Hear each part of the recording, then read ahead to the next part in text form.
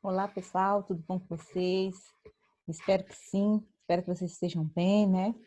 Estamos aqui também, estamos bem, né? Aguardando aí para que essa situação logo venha se findar e logo possamos estar, né? Juntos na nossa sala de aula. Estou morrendo de saudade de vocês, mas enquanto não chega o dia de estarmos juntos, né? Nós vamos aí interagindo através aqui das redes sociais.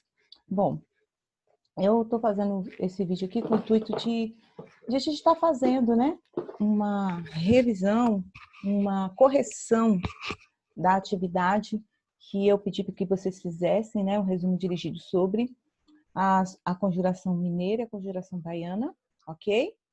E a gente vai estar falando um pouquinho, abordando um pouquinho sobre essa questão ao discutir aqui, fazer a discussão da atividade, tá bom?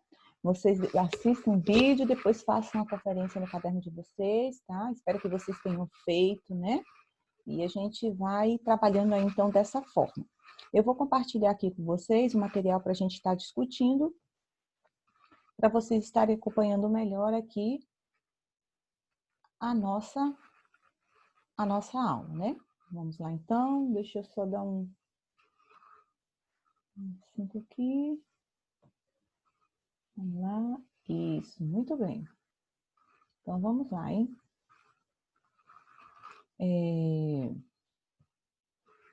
Nós, na atividade, né? A atividade que eu pedi para vocês, a primeira foi falando sobre a conjuração baiana. Eu passei um quadro para vocês, pedi para que vocês relatassem ali, né? As causas, as camadas envolvidas nessa revolta, né? As propostas dos rebeldes e as consequências dessa revolução, tá? As consequências desse movimento, ok? Então, vamos entender direitinho aqui como se deu, né, essa conjuração. Primeiro, a gente vai estar falando um pouquinho sobre os antecedentes, né? O que aconteceu antes de estourar essa revolta, ou esse movimento, certo? Bom, nós sabemos aqui que o ano em que ocorreu esse movimento foi entre os anos de 1798 e 1799, ok? O que estava acontecendo em Salvador? Bom, a população, como a conjuração é baiana, é obviamente que o movimento ocorreu na Bahia, e em especial na cidade de Salvador. E vamos lá, a população ela estava insatisfeita desde o momento em que a capital do Brasil ela havia sido transferida de Salvador para o Rio de Janeiro. Então, o que começou a acontecer?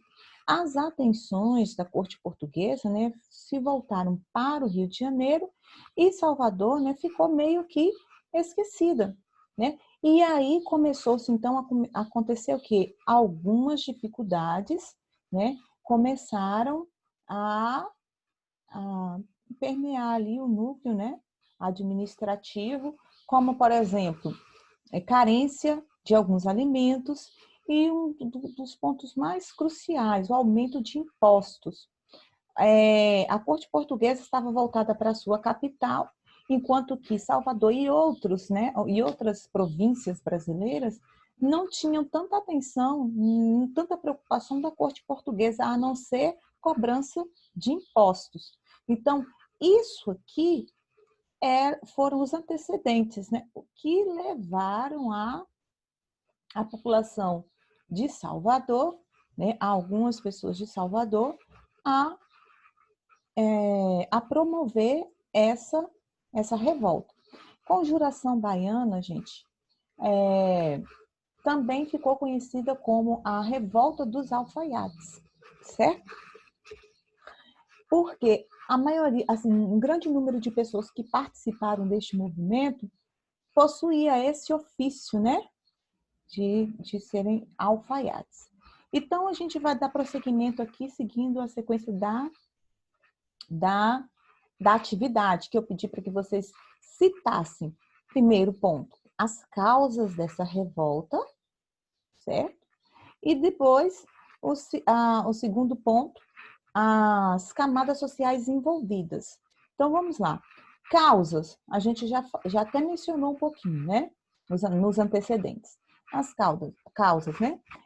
Esse movimento ele foi ocorrido aproximadamente ali no final do século XVIII, tinha como caráter emancipacionista e também tinha um caráter popular. A maioria das pessoas que estavam envolvidas nesse movimento eram pessoas de camadas simples, humildes, e na verdade quem compunha, né, eram ali escravos, ex-escravos, soldados, enfim, que a gente vai estar falando um pouquinho na próxima questão aí.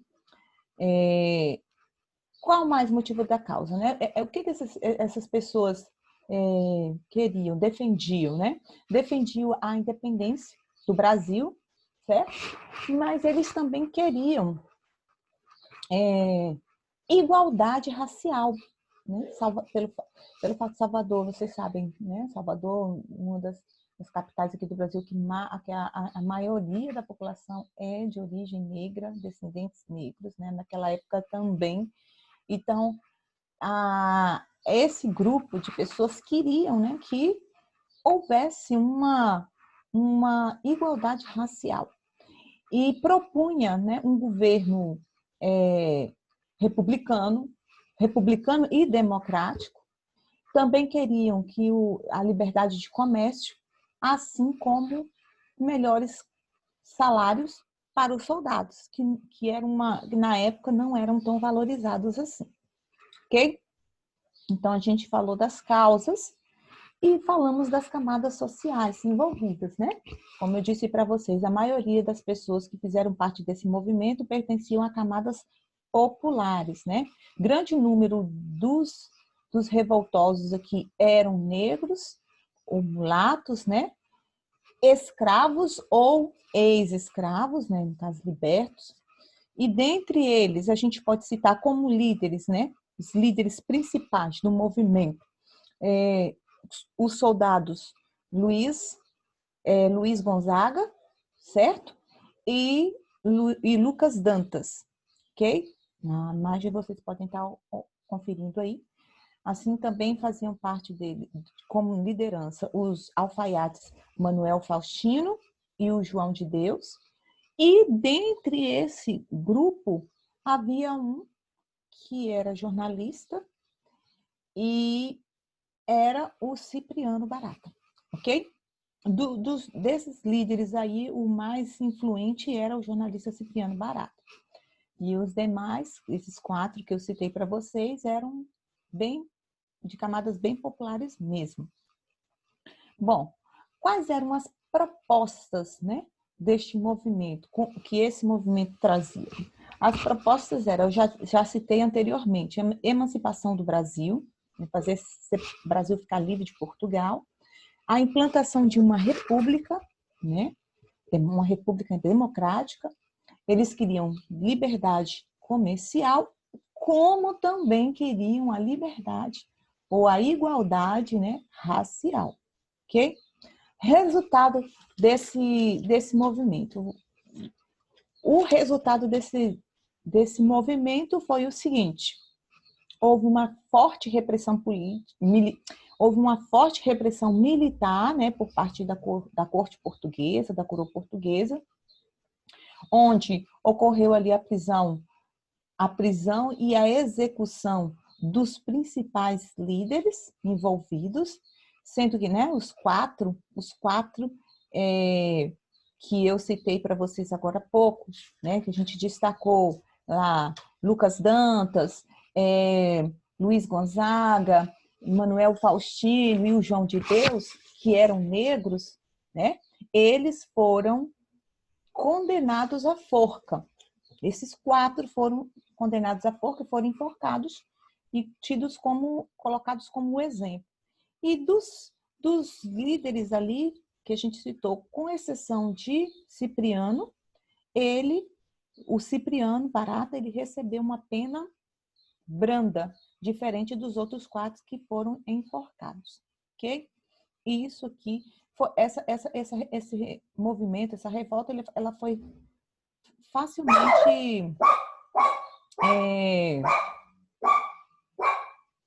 facilmente paralisada pela corte portuguesa, né? Os soldados vieram e reprimiram ali e acabou com o movimento. Agora, falando um pouquinho sobre a Inconfidência Mineira ou a Conjuração Mineira, que foi também um movimento separatista, né? Que pregava a questão, que desejava a separação do Brasil com Portugal. Este ocorreu em Minas Gerais. E a gente vai estar, então, agora falando um pouquinho sobre esse movimento, né? As causas, as camadas sociais envolvidas. Então, vamos lá. Com relação às causas, né? Na verdade, eu quero falar um pouquinho para vocês aqui os antecedentes, né? Com relação a este movimento, né? Minas Gerais, com a descoberta do ouro, passou a ser assim, uma capitania muito rica para o Brasil, certo? Justamente em razão da extração do ouro e de diamantes. Então, a atenção da coroa portuguesa se voltou com tudo, né? Ela passou a ser redobrada com relação a Minas Gerais, ok? Isso por volta do final do século XVII, início do século XVIII. E a população, ela começou assim, a se demonstrar sinais de desgaste, né? Por quê? A população começou a demonstrar sinais de desgaste com relação a essa pressão da coroa portuguesa. Porque a coroa portuguesa começou, primeiro ponto, controlava toda a questão da extração de ouros e diamantes em Minas Gerais e começou a aumentar os impostos, né, sobre o ouro e diamantes, principalmente sobre o ouro, né? Porque, na verdade, os diamantes ali já era algo as jazidas de diamantes que eram encontradas no Rio de Janeiro eram quase que exclusivas da corte portuguesa.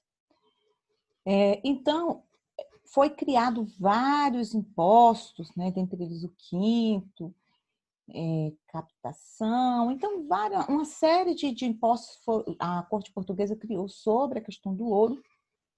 E a gente sabe, né, que o ouro é diferente de um vegetal. Uma vez extraído, não nasce outro no lugar. Então, com o passar do tempo, foi ficando cada vez mais difícil encontrar ouro em grandes proporções, em grandes quantidades, e a população ali, né, os donos de minas, já não estavam conseguindo mais manter, né, o pagamento dos impostos da forma que a corte portuguesa queria ou desejava. Então, com a chegada de um novo governador da província, o Visconde de Barbacena, ele cria um decreto chamado Derrama, que era uma exigência, né, com relação às pessoas ali da mineração, que essas pessoas deveriam pagar num determinado dia, elas deveriam pagar todos os impostos atrasados, né, com relação ao ouro, nesse determinado dia estipulado pela corte portuguesa. E a população de Minas, ela se revoltou, né? Ela se revoltou porque não teria condições de pagar esses impostos atrasados aí, no caso, a derrama. Então, baseado nisso, né, já na insatisfação que ocorria por parte da população mineira, né, eles começaram a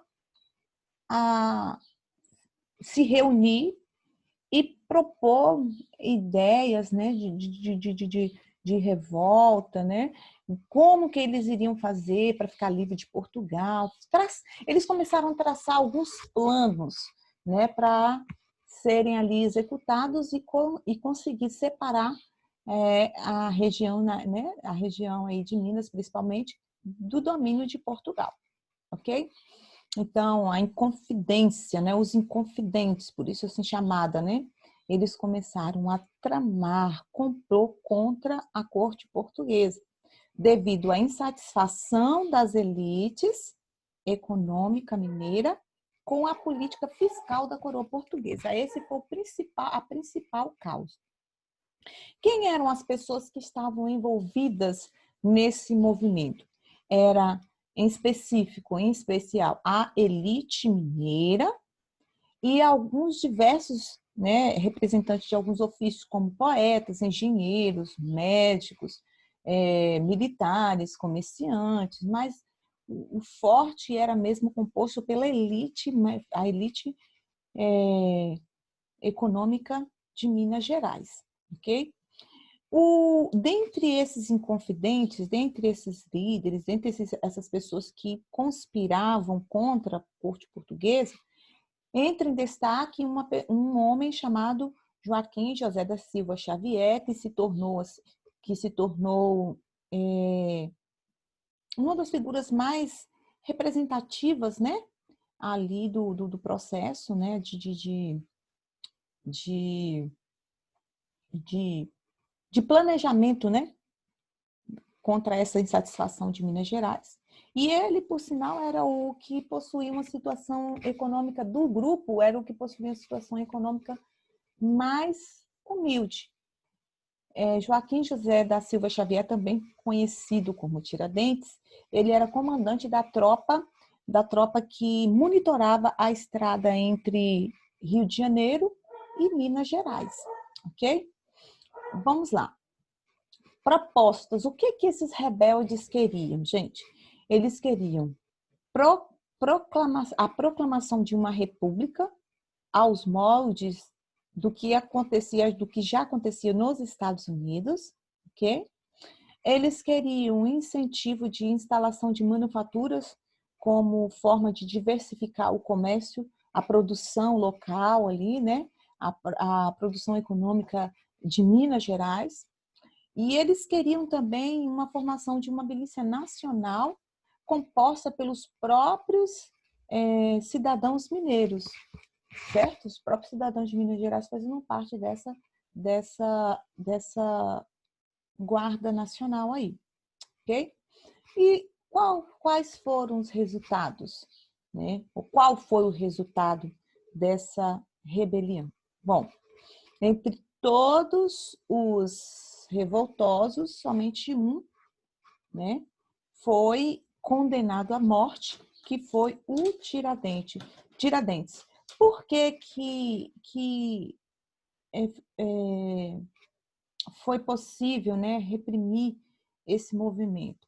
Porque uma pessoa que era um inconfidente, fazia parte do grupo, ele delatou os seus companheiros. E essa pessoa foi Joaquim Silvério dos Reis. Ele era um dos inconfidentes, estava ali ajudando a tramar contra a corte portuguesa, né? Fazia parte desse movimento, só que ele possuía muitas dívidas com relação à coroa portuguesa. E aí, então, ele denunciou os planos no intuito de fazer um acordo com a corte portuguesa. Ele entregava os planos, ele delatava os seus companheiros e, em troca, a coroa portuguesa perdoava suas dívidas. E assim foi feito, né? A rainha, ela fez o acordo com ele, a rainha Dona Maria fez o acordo com ele e ele, então, entregou todos os planos. E por isso foi muito fácil, né? Conter essa rebelião, e sendo que o único que foi punido, né, com a morte foi o Tiradentes, por ser considerado uma das figuras assim, mais de frente do movimento, né? De frente da proposta dos movimentos. Bom, gente, a Inconfidência Mineira, ela foi foi uma das mais importantes revoltas organizadas contra a coroa portuguesa aqui no Brasil. E esse movimento mostrou a disposição dos colonos em romper, né, os laços coloniais que existiam, né? E esse movimento ele foi liderado, ele foi totalmente influenciado pelas ideias iluministas, né, que já havia ocorrido lá, que ajudou no processo da Revolução Francesa, que a gente estudou na sala de aula até. Então, os Inconfidentes, né, baseado nessas ideias iluministas e vendo, né, o que havia acontecido na França, né, tomou esses ideais, né, como exemplo e começou e tentou aplicá-los aqui nesse processo de Inconfidência Mineira. Porém, os planos não deram certos porque eles foram delatados, ok? Se eu perguntasse para vocês, né, se a gente fosse fazer um paralelo ali entre as duas conjurações, a mineira e a baiana, é claro que começou, a primeira foi a mineira e depois veio a baiana. Se nós fôssemos fazer um paralelo, né, quais as diferenças, né, as semelhanças? Ambas queriam a separação, né, ou do Brasil ou de Minas Gerais do domínio português.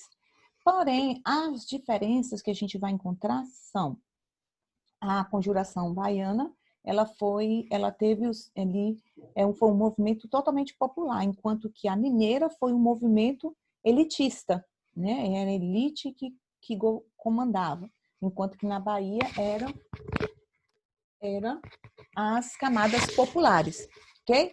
Outra diferença era que a conjuração baiana desejava uma igualdade racial, a libertação de escravos, enfim, acabar com a escravidão, melhor dizendo.